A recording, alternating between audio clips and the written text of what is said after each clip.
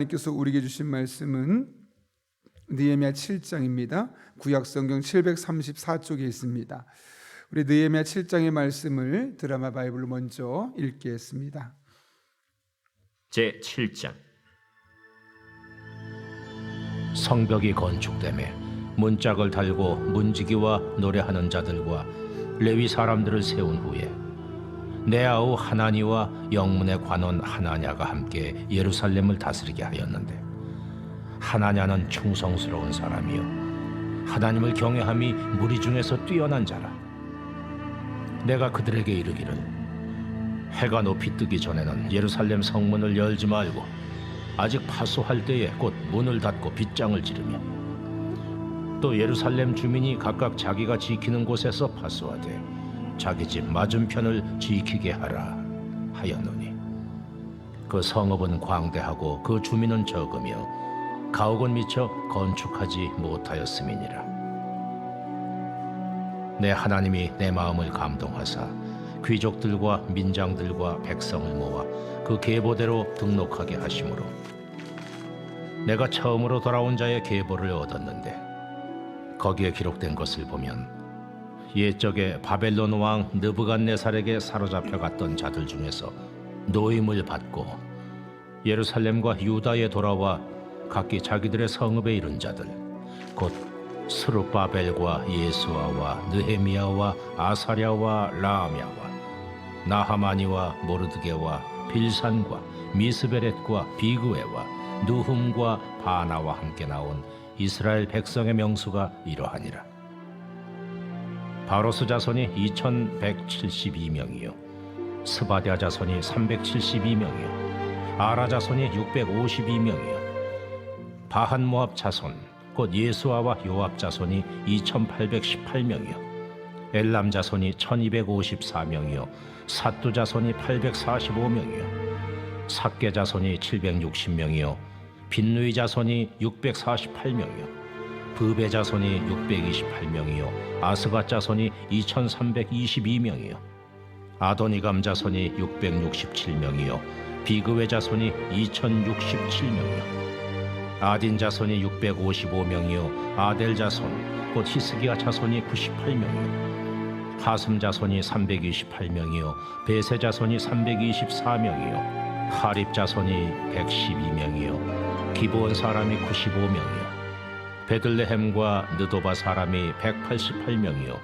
아나도 사람이 128명이요 벳아스마벳 사람이 42명이요 기리앗 여아림과 그비라와 부에로 사람이 743명이요 라마와 게바 사람이 621명이요 믹마스 사람이 122명이요 베델과 아이 사람이 123명이요 기타 느보 사람이 52명이요 기타 엘람 자손이 1254명이요 하림 자손이 320명이요 여리고 자손이 345명이요 로드와 하딧과 오노 자손이 721명이요 스나 자손이 3930명이었느니라. 제사장들은 예수아의 집 여다야 자손이 973명이요 임멜 자손이 1052명이요 바스훌 자손이 1247명이요 하림 자손이 1017명이었느니라.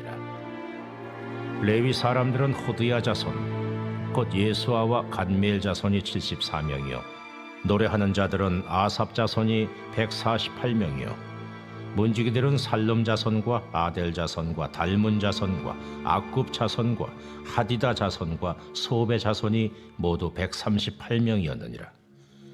느디님 사람들은 시하 자손과 하수바 자손과 답바우 자손과 게로스 자손과 시아 자손과 바돈 자손과 르바나 자손과 하가바 자손과 살메 자손과 하난 자손과 깃델 자손과 가할 자손과 르아야 자손과 르신 자손과 느고다 자손과 갓삼 자손과 우사 자손과 바세아 자손과 베세 자손과 무님 자손과 느비스심 자손과 박북 자손과 하그바 자손과 할훌 자손과 바슬릿 자손과 무히다 자손과 하르사 자손과 바르고스 자손과 시스라 자손과 데마 자손과 느시아 자손과 하디바 자손이었느니라.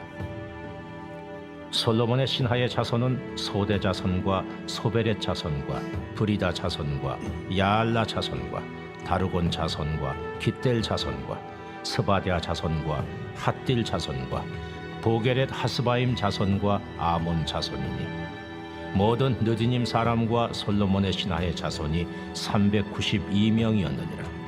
델멜라와 델하르사와 그룹과 아돈과 임멜로부터 올라온 자가 있으나 그들의 종족이나 계보가 이스라엘에 속하였는지는 증거할 수 없으니 그들은 들라야 자손과 도비야 자손과 느고다 자손이라. 모두가 642명이요 제사장 중에는 호바야 자손과 학보스 자손과 바르실레 자손이니 바르실레는 길르앗 사람 바르실레의 딸 중에 하나로 아내를 삼고 바르실레의 이름으로 불린 자라. 이 사람들은 계보 중에서 자기 이름을 찾아도 찾지 못하였으므로 그들을 부정하게 여겨 제사장의 직분을 행하지 못하게 하고 총독이 그들에게 명령하여 우림과 둠밈을 가진 제사장이 일어나기 전에는 지성물을 먹지 말라 하였느니라. 온 회중의 합계는 42,360명이요 그 외에 노비가 7,337명이요 그들에게 노래하는 남녀가 245명이 있었고 말이 736마리요 노새가 245마리요 낙타가 435마리요 나귀가 6,720마리였느니라. 어떤 족장들은 역사를 위하여 보조하였고 총독은 금 1,000드라크마와 대접 50과 제사장의 의복 530벌을 보물곳간에 드렸고 또 어떤 족장들은 금 2만 드라크마와 은 2,200마네를 역사곳간에 드렸고 그 나머지 백성은 금 2만 드라크마와 은 2,000마네와 제사장의 의복 67벌을 드렸느니라. 이와 같이 제사장들과 레위 사람들과 문지기들과 노래하는 자들과 백성 몇 명과 느디님 사람들과 온 이스라엘 자손이 다 자기들의 성읍에 거주하였느니라. 아멘. 우리말에 인사가 만사다라는 말이 있습니다. 좋은 인재를 발탁해서 적재적소에 배치하는 것이 중요하다는 것이죠. 실제로 우리나라도 이제 새로운 대통령이 뽑히고 나서 이제 어떤 사람을 그 자리에 맞는 사람으로 뽑을까 지금 고심하고 있습니다. 이제 곧 인사청문회라는 것이 시작될 겁니다. 인사청문회를 하는 목적은 너무나 분명하죠. 이 사람이 그 자리에 세울 만한 사람인가 검증하는 시간입니다. 여러분, 사람을 하나 세우는데도 이렇게 꼼꼼하게 살펴본다면 하나님께서 우리 사람 쓰실 때는 어떨까요? 그냥 아무나 쓰실까요? 당연히 그렇지 않겠죠. 하나님만이 갖고 있는 어떤 기준이 있을 겁니다. 그렇다면 중요한 것은 그 기준이 도대체 무엇이냐라는 것이겠죠. 오늘 말씀을 통해 하나님께서 임명한 사람들을 보면 하나님께서 이런 사람들을 기뻐하시는구나, 하나님께서 이런 사람들을 들어 쓰시는구나 라는 것을 우리가 알 수 있습니다. 오늘 본문은 느헤미야가 수많은 방해에도 불구하고 성벽을 완공 후에 이를 관리할 사람들을 세우고 있는 장면입니다. 특별히 1절을 보면 느헤미야가 성전과 성막을 지키기 위해 세운 사람들의 이름이 나오진 않고 어떤 직임에 대해서 말하고 있습니다. 자, 어떤 직임인가? 이렇게 되어 있죠. 성벽이 건축됨에 문짝을 달고 문지기와 노래하는 자들과 레위 사람들을 세운 후에, 성벽이 건축된 후에 가장 먼저 세운 사람들은 문지기였습니다. 문지기는 말 그대로 문이죠. 성벽에 있는 문이나 성읍에 있는 문을 지키는 사람들입니다. 역할은 적이 침입할 때 그 침입을 막고 1차로 막고 이 사람이 과연 이 성읍에 들어올 만한 사람인지 그렇지 않은 사람인지를 구별하는 사람이 이 문지기 역할입니다. 문지기라는 직임만 보게 되면 우리가 머릿속에 딱 떠오르는 이미지는 허드렛 일처럼 보이고 무시당할 사람처럼 보입니다. 그러나 문을 지키는 일의 중요성은 아무리 강조해도 지나치지 않는 것이, 우리가 잘 알고 있는 중국의 만리장성이 딱 4번 뚫렸다고 합니다. 그런데 그 모든 4번 뚫렸을 때 어떤 일이 있었냐면 그들의 군사력이 뛰어나서라기보다는 이 문지기를 매수했기 때문에 문지기가 문을 열어놨더니 들어오게 되어서 결국 만리장성에 뚫리게 되었다라는 역사적인 자료가 있습니다. 그만큼 문을 잘 지키는 것이 패배하지 않고 승리를 유지할 수 있는 아주 중요한 요소라는 것이죠. 그래서 오늘 보게 되면 느헤미야는 성벽을 세우자마자 그 성벽을 지킬 수 있는 문지기를 가장 먼저 세운 겁니다. 그런데 한번 곰곰이 생각해 볼 것은 우리가 일반적인 상황 속에서도 문지기가 이렇게 중요하다면 영적인 상황은 어떨까요? 마찬가지 아닐까요? 우리 인생에도 일반적인 삶에서 성벽을 지키기 위해서 문지기가 있어야 되는 것처럼 영적인 면에서는 영적인 파수꾼이 우리에게 있어야 할 겁니다. 가정에도 누군가 그 영적인 문제를 정확하게 분별해낼 수 있고 나쁜 일이 생기지 않도록 지키는 영적인 파수꾼이 있어야 하고, 교회도 마찬가지로 영적인 파수꾼이 있어야 합니다. 그럴 때 가정이 안정적으로 설 수 있으며 교회 또한 영적인 전쟁에서 패배하지 않을 수 있는 것이죠. 에스겔은 하나님께서 자신을 영적인 파수꾼을 세우셨다고 믿었습니다. 그리고 그렇게 믿었기 때문에 남은 한 평생을 이스라엘의 영적인 파수꾼으로 살았습니다. 이렇게 되어 있죠. 에스겔서 3장 17절 말씀입니다. 인자야, 내가 너를 이스라엘 족속의 파수꾼으로 세웠으니 너는 내 입의 말을 듣고 나를 대신하여 그들을 깨우치라. 뭐라고 말합니까? 내가 너를 이스라엘 족속의 파수꾼으로 세웠으니 너의 할 일은 문지기 아니냐? 나쁜 사람 왔을 때 쳐들어왔다고 알려주는 것처럼, 문제가 생긴 것을 알려주는 것처럼 깨어있어. 내 입의 말을 듣고 나를 대신하여 그들을 깨우쳐 주어라 라고 말씀했던 것이고, 이것을 자신의 평생 사명으로 인식했던 이스겔은 문지기로서, 영적인 문지기로서, 파수꾼으로서 살아갔음을 보게 됩니다. 일상적인 문지기의 삶이 중요하듯 동일하게 영적인 파수꾼의 역할이 너무나 중요합니다. 그렇다면 그것이 중요하다라고만 알고 끝나서는 안 돼야 될 것입니다. 과연 우리 가정의 영적인 파수꾼은 누가 있는가? 누가 그 역할을 감당하고 있는가? 우리 교회의 영적인 파수꾼은 누구인가? 물론 1차적인 저와 우리 교역자들이겠지만 얼마나 많은 문들이 있습니까? 구역 안에도 문이 있고 오이쿠아스에도 문이 있고 교육부산에도 여러 가지 문들이 있습니다. 그 영적인 문을 파수할 사람이 있어야지만 교회가 건강하게 세워질 수 있는 것이죠. 이처럼 문지기의 역할은 너무나 중요한 것처럼 우리가 서 있는 자리에서 우리 또한 영적인 파수꾼이 되어서 가정이든 직장이든 교회든 세상이든 우리가 지켜나가지 않으면 언제 어떻게 허물어질지 모르는 법입니다. 우리에게 영적인 파수꾼의 귀한 사명을 맡겨주셨는데 하나님 앞에 은혜 가운데 사명을 감당하는 여러분 한 분 한 분 될 수 있기를 예수님의 이름으로 축원합니다. 본문을 보게 되면 문지기를 세운 다음에는 노래하는 사람들과 레위 사람들을 세웠습니다. 이들은 성전에서 예배를 돕는 사람들이었죠. 이를 통해 우리는 이 느헤미야의 통치 철학을 볼 수 있습니다. 그는 예루살렘 성읍을 지키는 것은 어떤 권력이나 인간의 힘과 칼과 창에 있는 것이 아니라 하나님에게 있다, 하나님의 임재 가운데 있다라는 것을 분명하게 알았던 사람입니다. 사실 이스라엘 역사를 돌아볼 때 이스라엘 백성들이 무너졌던 때가 언제입니까? 바로 하나님과의 관계가 흔들렸을 때입니다. 그들의 예배 생활이 무너졌을 때입니다. 그럴 때는 여지없이 그들의 영적인 생활이 무너져 내리기 시작했고, 영적인 생활이 무너지기 시작하면 그들을 침입하는 이방 민족에게 어김없이 정복당했던 것이 이스라엘 역사임을 우리는 계속해서 지금까지 보아왔습니다. 반면에 이스라엘 백성들이 하나님의 은혜 가운데 든든히 세워지고 하나님과 영적으로 소통할 때는 그 어느 때보다도 건강하게 세워져 가고 하나님께서 그들과 함께하는 과정을 통해서 그 영토까지도 확장되었음을 우리는 성경 속에서 지속적으로 볼 수 있었습니다. 예배가 무너지고 세상에서 형통이 우선순위가 되면 우리 인생은 무너지게 되어 있습니다. 아마 겉으로는 잘 되는 것처럼 보일 겁니다. 왜냐하면 내가 열심히 노력하니까요. 그런데 알고 보면 속부터 조금씩 골마가고 있음을 보게 되는 겁니다. 느헤미야는 누구보다 이 사실을 잘 알고 있었습니다.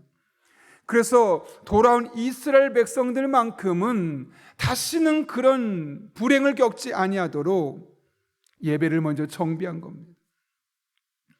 그래서 파수꾼을 먼저 세우고 난 이후에 두 번째로 예배를 섬기는 자들을 세웠고, 그래서 이런 과정을 통해서 돌아온 이스라엘 백성들에게 예배라는 것이 우리 삶이 얼마나 귀중한 것인지를 사람을 세우는 장면을 통해서 볼 수 있게 되는 것이죠.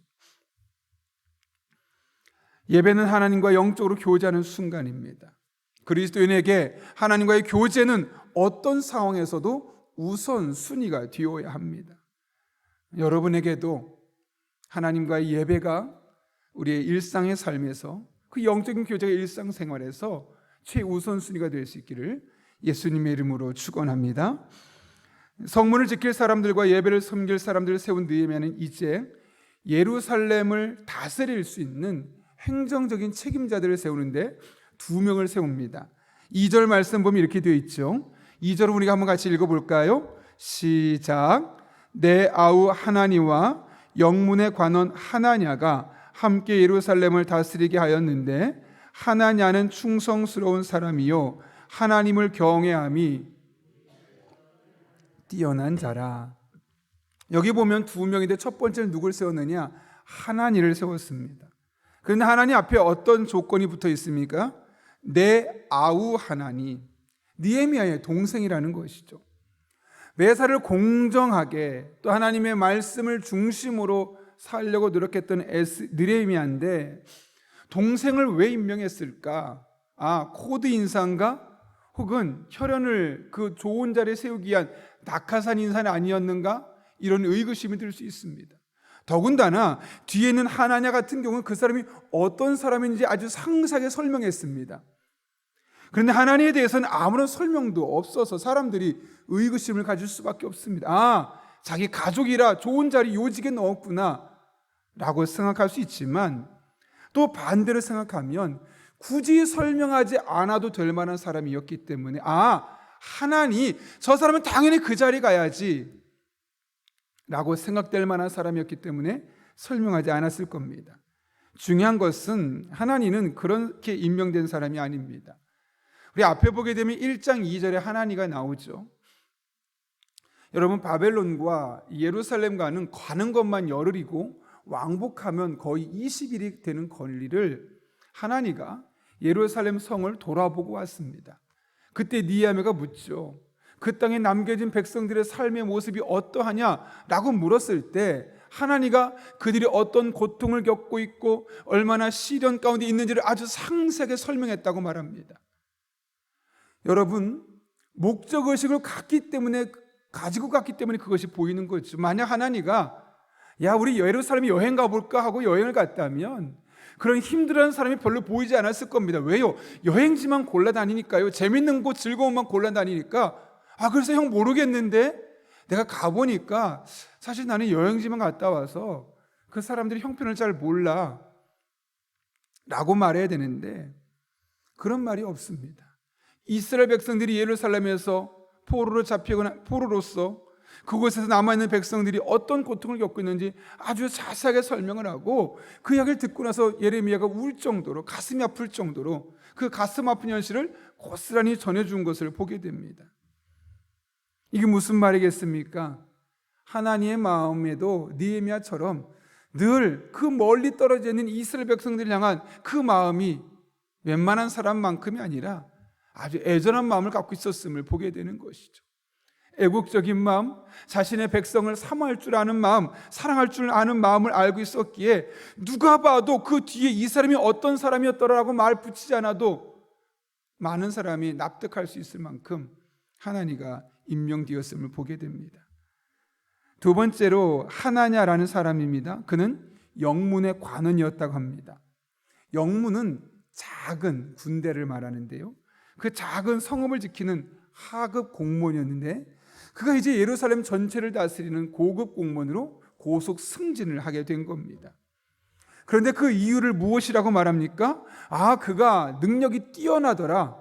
보니까 다른 사람보다 공부도 훨씬 더 많이 했고, 보니까 외모도 준수하고, 보니까 그나마 포로로 잡혀온 가정 중에서 가장 가문이 뛰어나더라. 이런 것이 그에 대한 조건이 붙어 있지 않습니다. 뭐라고 말합니까? 2절 보게 되면 충성스러운 사람이요 하나님을 경외함이 무리 중에서 뛰어난 자라. 여러분, 충성되다는 말은 다른 말은 뭘까요? 일상생활에서 자신에게 맡긴 준 것은 어떤 일이 있어도 끝까지 성실하게 감당하는 사람, 목숨을 걸고서라도 그 일을 마치는 사람, 이런저런 핑계 두고 중간에 그만두는 사람이 아니라 내게 주신 사명을 알고 내가 목숨을 끝나는 순간까지 그 사명을 완수하게 노력하는 사람, 우리가 그런 사람을 일컬어 충성되다 라고 말합니다. 또 하나님을 경외한다는 것은 하나님을 두려워하는 마음으로 우직하게 상황과 환경에 휘둘리지 아니하고 하나님 앞에 굳건한 믿음을 가지고 있는 사람을 의미합니다. 여기 보게 되면 느헤미야는 지도자의 조건으로 성실한 한결같은 인격과 반듯한 신앙을 최우선순위에 두고 있음을 보게 되는 것이죠. 여러분, 아무리 머리가 좋다 한고, 아무리 처세술이 뛰어나다 한들, 아무리 외적인 조건이 탁월하다 한들, 일상의 삶에서 충성스럽지 않거나 하나님을 경외하지 않는, 하나님을 두려워하지 않는 사람은 하나님이 쓰실 수 없는 겁니다. 꼭 영적인 지도자가 아니어도 하나님께서 중요하게 보는 요소가 바로 이런 겁니다. 뭐 하나 맡기면 우직하게 자기 생명 걸고 끝까지 그 일을 감당해낼 수 있느냐, 아니면 이런저런 핑계를 대고 그만두는 사람이냐, 먼저 판단하는 겁니다. 그리고 하나님 앞에 하나님을 경외하는 마음으로 자신에게 맡겨진 것을 하나님 중심으로 생각하고 신앙 중심으로 해결해 나가려는 사람, 이것을 하나님께서 가장 먼저 기뻐하시고 이런 사람을 마음 놓고 하나님께서 쓰시는 겁니다. 여러분, 우리는 본문을 통해서 하나님께서 어떤 사람들을 기뻐하시는지, 또 무엇을 좋아하시는지 우리는 보게 되었습니다. 그렇다면 우리가 이것을 보면서 어떤 마음을 먹어야 되겠습니까? 우리 또한 일상생활을 이들처럼 살아가므로 하나님께서 주목하는 사람, 하나님께서 들어 쓰시는 그런 하나님의 사람들 될 수 있기를 예수님의 이름으로 축원합니다. 우리 함께 기도하겠습니다. 거룩하신 아버지 하나님, 오늘 하나님께서 문지기를, 영적인 파수꾼을 먼저 세우고 예배를 세운 다음에 하나니와 하나냐를 세우는 과정을 통하여 무엇을 중요하게 생각하고 어떤 사람들을 쓰시고자 하는지를 깨닫게 하신 은혜 진심으로 감사를 드립니다. 오늘 주신 말씀을 내게 주신 말씀으로 받고 우리의 일상의 삶에서 이와 같은 사람이 되어짐으로 하나님, 우리의 삶의 중심이 영적인 파수꾼으로서 또 하나님을 예배하고 섬기는 자로서 우선순위가 되게 도와주시고, 나만 생각할 것이 아니라 다른 사람들의 삶을 돌아볼 줄 아는 사람, 한 걸음 나아가서 하나님 앞에 충성스럽고 또 하나님을 경외하는 마음으로 우리에게 주신 일상을 살아갈 수 있는 믿음의 사람 되게 하여 주옵소서. 그래서 언제 어디서는 하나님 쓰실 수밖에 없는 사람 되게 하여 주시옵고, 실제로 하나님 사용하시는 믿음의 사람들 되게 하여 주옵소서.